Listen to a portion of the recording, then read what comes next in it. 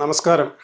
ഈജിപ്തിലെ മമ്മികളെ സംബന്ധിച്ച് ഒട്ടേറെ സംഭ്രമജനകമായ കഥകളും സംഭവങ്ങളും ഈ അടുത്ത കാലത്ത് എന്ന് പറഞ്ഞാൽ കഴിഞ്ഞ ഒരു 100-150 വർഷമായിട്ട് ഉരുത്തിരിഞ്ഞ് വന്നിട്ടുണ്ട്. അത് പലതും നമുക്ക് യാതൊരു വിശദീകരണത്തിനും വിധേയമാകുന്ന സംഭവങ്ങളല്ല.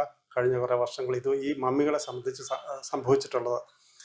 ഈ പിരമിഡിന്റെ നിർമ്മിതിയെ സംബന്ധിച്ച് തന്നെ നമുക്ക് ആധുനിക ശാസ്ത്രത്തിന് പോലും ഇന്നും മനസ്സിലാകാത്ത ചില കാര്യങ്ങൾ, ഇത്രയും ആന വലിപ്പമുള്ള ഭീമൻ കല്ലുകൾ എങ്ങനെ അത്രയും മുകളിൽ എത്തിച്ചു, അതുപോലെ ഇത്ര കൃത്യമായിട്ട് അതിൻ്റെ ക്ഷേത്രഗണിതം ഇത്ര കൃത്യമായിട്ട് അതിൻ്റെ അളവുകൾ എങ്ങനെ ഒപ്പിച്ചു എന്നുള്ളതൊക്കെ മനുഷ്യന് മനസ്സിലാകുന്നത്. മനുഷ്യൻ അല്ല നിർമ്മിച്ചതെന്ന് പോലും പലരും പറയുന്നുണ്ട്. അതുപോലെ തന്നെ അതിൻ്റെ ഉള്ളിൽ സൂക്ഷിച്ചിട്ടുള്ള മമ്മികളെ സംബന്ധിച്ചും 4000-5000 ഒക്കെ വർഷം പഴക്കമുള്ള മമ്മികളെ സംബന്ധിച്ചും ഒട്ടേറെ മനസ്സിലാകാത്ത നിഗൂഢതകൾ ഇന്നും അവശേഷിക്കുന്നുണ്ട്.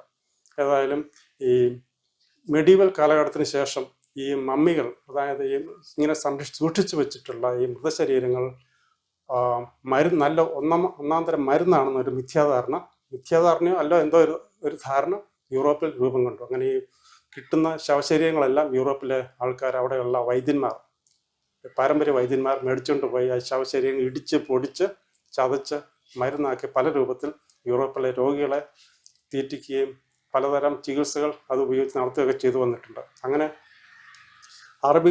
ഈജിപ്തിലെ അറബികളുടെ ഒരു വരുമാന മാർഗം തന്നെയായി ഈ കഴിയുന്നത്ര ശവശരീരങ്ങൾ പൊക്കിയെടുത്ത് യൂറോപ്പിന് വിൽക്കുക എന്നുള്ളത്, അതുപോലെ തന്നെ ഈ പിരമിഡുകൾ കൊള്ളയടിക്കുക എന്നുള്ളതും. ഏതായാലും ഇങ്ങനെ ഒരു 20ാം നൂറ്റാണ്ടിൻ്റെ തുടക്കത്തോടു കൂടി മമ്മികൾ ഒട്ടും തന്നെ കിട്ടാനില്ലെന്ന്, എല്ലാം ഉപയോഗിച്ച് തീർന്നു. പിന്നെ വളരെ വിരളമായിട്ട് തന്നെ കിട്ടുന്നുള്ളൂ. ഈ സമയത്താണ് ലണ്ടനിൽ നിന്ന് 19ാം നൂറ്റാണ്ടിൻ്റെ ഒടുവിൽ 3 ചെറുപ്പക്കാർ ഈജിപ്തിലെ നിഗൂഢതകളും അത്ഭുതങ്ങളും അവിടെയുള്ള ഈ പിരമിഡുകളും മഹാക്ഷേത്രങ്ങളും ലുക്സർ ക്ഷേത്രമൊക്കെ കാണാൻ വേണ്ടി, നൈൽ നദിയൊക്കെ അനുഭവിച്ചറിയാൻ വേണ്ടി 3 ചെറുപ്പക്കാർ ഈജിപ്തിലെത്തുന്നു. അവർ എല്ലാ സ്ഥലങ്ങളും സന്ദർശിച്ച് അലക്സാണ്ട്രിയയിൽ വെച്ച് അവർ തിരിച്ച് ലണ്ടനിലേക്ക് യാത്ര തുടരാൻ തുടങ്ങുന്ന സമയത്ത് ഒരു അറബി അടുത്ത് വന്നിട്ട് പറഞ്ഞു, എൻ്റെ കൃഷിയിടത്തിൽ നിന്ന് എനിക്കൊരു മമ്മി കിട്ടിയിട്ടുണ്ട്, ഒരു ശവശരീരം കിട്ടിയിട്ടുണ്ട്, നല്ല വില തരികയാണെങ്കിൽ ഞാൻ തരാമെന്ന് പറഞ്ഞു. എന്നിട്ട് ഈ 3 ചെറുപ്പക്കാർ മത്സരിച്ച് എല്ലാവരും എനിക്ക് വേണമെന്ന് ഓരോ വ്യക്തിയും ശാഠ്യം പിടിച്ചു. അവസാനം ഒരു ചെറുപ്പക്കാരൻ അവർ കുറിയിട്ടു, ഒരു ചെറുപ്പക്കാരന് ലഭിച്ചു. അയാൾ ആ ശരീരം പറഞ്ഞ വില കൊടുത്ത് ഈ ശരീരം മേടിച്ച് കപ്പലിൽ അയാളുടെ ക്യാബിനകത്ത് കൊണ്ടുവന്ന് വെച്ച് ആ സമയം തന്നെ അദ്ദേഹത്തിന് ചിത്തഭ്രമം ഉണ്ടായി, ബുദ്ധി നശിച്ചു പോയി. അദ്ദേഹം കപ്പലിൽ നിന്ന് ഇറങ്ങി തുറമുഖത്തേക്ക് ഇറങ്ങി അവിടെ സഹാറ മരുഭൂമിയിലേക്ക് നടന്ന് അപ്രത്യക്ഷമായി പോയി. പിന്നെ ഒരിക്കലും തിരിച്ചു വന്നില്ല. രണ്ടാമത്തെ വ്യക്തി, ഈ 3 ചെറുപ്പക്കാർ, രണ്ടാമത്തെ വ്യക്തി ഈ ശരീരം കൈവശപ്പെടുത്തി അയാളുടെ മുറിയിൽ കൊണ്ടുവച്ചു. മുറിയിൽ കൊണ്ടുവച്ച് പുറത്തേക്ക് വന്ന പാടെ ആ കപ്പലിലെ ഒരു കപ്പൽ ജീവനക്കാരന് ഭ്രാന്തളി ഇയാളെ വെടിവെച്ചു കൊന്നു. അത് കഴിഞ്ഞപ്പോൾ 3ാമത്തെ വ്യക്തി ഈ ശരീരം എടുത്ത്, ഇനി മത്സരാർത്ഥികൾ ആരുമില്ലല്ലോ, എൻ്റെ സ്വന്തമായല്ലോ എന്നൊരു ധാരണയില്ലാതെ അയാൾ അത് എടുത്ത് അയാളുടെ മുറിയിൽ കൊണ്ടുവച്ചു. അങ്ങനെ അയാൾ ലണ്ടനിലേക്ക് വന്നുകൊണ്ടിരിക്കുകയാണ്. ലണ്ടനിൽ എത്താറായപ്പോൾ ഒരു സന്ദേശം ഇയാൾക്ക് ലഭിച്ചു. ഇയാളുടെ സ്വത്ത് മുഴുവൻ ലണ്ടനിലെ ഒരു പ്രത്യേക ബാങ്കിലാണ് നിക്ഷേപിച്ചിരുന്നത്. ആ ബാങ്ക് പൊളിഞ്ഞു പോയി. അയാളുടെ മുഴുവൻ സ്വത്തും നഷ്ടപ്പെട്ടു പോയി. പിന്നീടുള്ള വർഷങ്ങൾ അയാൾ ലണ്ടനിലെ തെരുവുകളിൽ ഭിക്ഷക്കാരനായി തീപ്പെട്ടിയും ബീഡിയും ഒക്കെ വിറ്റ്, തീപ്പെട്ടിയും സിഗരറ്റും വിറ്റ് ലണ്ടനിലെ തെരുവുകളിൽ അലങ്ങി തിരിഞ്ഞാണ് അയാൾ ശിഷ്ടകാലം ചെലവഴിച്ചത്. ജീവിക്കാൻ ഒന്നുമില്ലാതെ, ഒരു മാർഗമില്ലാതെ പട്ടിണിയായിട്ട് അദ്ദേഹം ജീവിച്ചു. പിന്നെ വളരെ കാലത്തോളം ഇതിനെ സംബന്ധിച്ച് ഈ ലണ്ടനിലെത്തിയ മമ്മിയെ സംബന്ധിച്ച് ഒരു വിവരമില്ലായിരുന്നു. അതിനിടയ്ക്കാണ് നമുക്കറിയാവുന്ന ഒരു വ്യക്തിത്വമാണ് മാഡം ബ്ലാവസ്കിയും കേണൽ ഓവൽക്കോട്ടും ചേർന്നാണ് തിയോസഫിക്കൽ സൊസൈറ്റി അഥവാ ബ്രഹ്മവിദ്യാ സംഘം എന്നൊരു പ്രസ്ഥാനം രൂപീകരിച്ചത്. അത് ഭാരതീയ ഹൈന്ദവ സംസ്കാരവുമായിട്ട് ചേർന്ന് നിൽക്കുന്നതാണ് ബ്രഹ്മവിദ്യാ സംഘം. റഷ്യക്കാരിയാണ് മാഡം ബ്ലാവസ്കി അവരുടെ ബ്രഹ്മവിദ്യ, മാഡം ബ്ലാവസ്കിയുടെ ശിഷ്യയായിട്ടാണ് ആനി ബെസന്റ് ഇന്ത്യയിലേക്ക് വരുന്നത്, ഇവിടെ വന്ന് ഹിന്ദുമതം സ്വീകരിക്കുകയൊക്കെ ചെയ്തത്. ഏതായാലും മാഡം ബ്ലാവസ്കി ലണ്ടനിൽ അവരുടെ പ്രഭാഷണം നടത്തിക്കൊണ്ടിരുന്നപ്പോൾ ഒരു സ്ത്രീ, ഒരു ധനികയായ ഒരു സ്ത്രീ അവിടെ വന്നിട്ട് പറഞ്ഞു, പ്രഭാഷണം എല്ലാം കേട്ടിട്ട് പറഞ്ഞു, മാഡം ബ്ലാവസ്കി ഇന്ന് എൻ്റെ വീട്ടിൽ വരണം, എൻ്റെ അതിഥിയായിട്ട് താമസിക്കണമെന്ന് പറഞ്ഞു.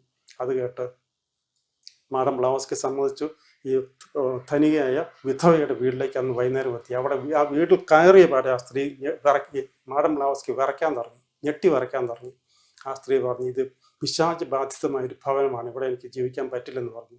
പറഞ്ഞു ലോകപ്രസിദ്ധിയായ മാഡം ബ്ലാവസ്കി ഇങ്ങനെ പറയരുത്, അങ്ങനെ ഇത് ഇവിടെ പിശാച് ബാധയുണ്ടെങ്കിൽ എനിക്കിന്ന് കാണിച്ചു തരാൻ പറഞ്ഞു.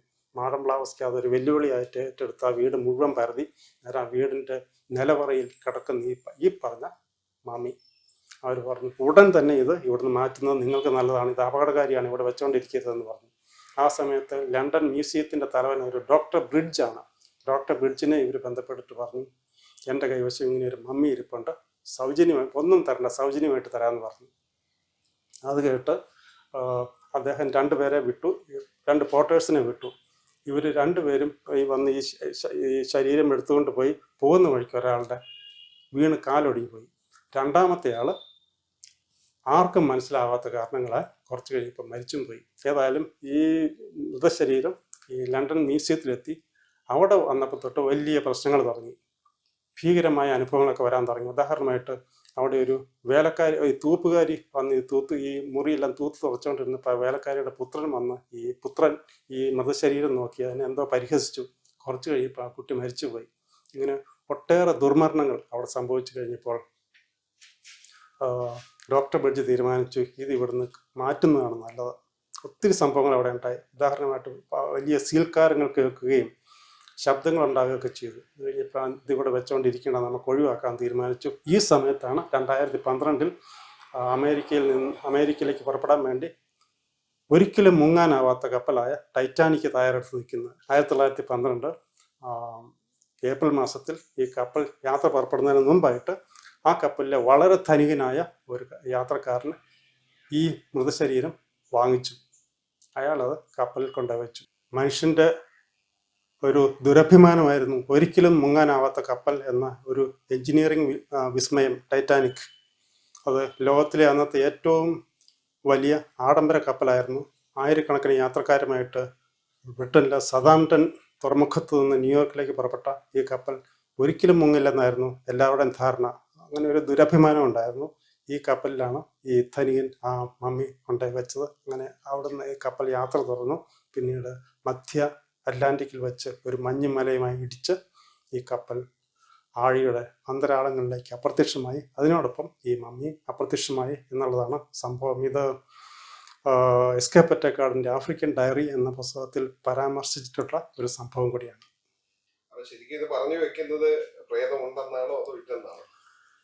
പ്രേതമുണ്ടോ ഇല്ലയോ എന്നുള്ളത് ഇന്നും നമുക്കൊരു നിഗൂഢതയാണ്. എൻ്റെ അനുഭവത്തിൽ ഒരിടത്തും ഒരിക്കലും, ഞാനിങ്ങനെ പല സ്ഥലങ്ങൾ പോയിട്ടുണ്ട്, ജീവിച്ചിട്ടുണ്ട്, ചുടുകാട്ടിൽ പോലും കിടന്നുറങ്ങിയിട്ടുണ്ട്. പക്ഷേ എൻ്റെ അനുഭവത്തിൽ ഇതുവരെ പ്രേതാനുഭവം ഒരിക്കലും ഉണ്ടായിട്ടില്ല.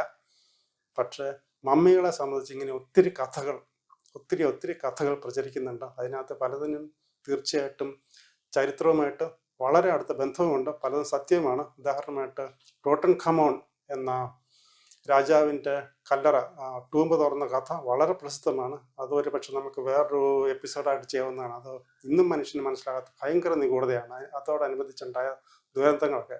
പക്ഷേ മമ്മികളുമായിട്ട് ബന്ധപ്പെട്ട് ഇന്നും ഇങ്ങനെയുള്ള ശാസ്ത്രത്തിന് പിടികൊടുക്കാത്ത ഒത്തിരി കാര്യങ്ങൾ അവശേഷിക്കുന്നുണ്ട്. അത് സത്യം.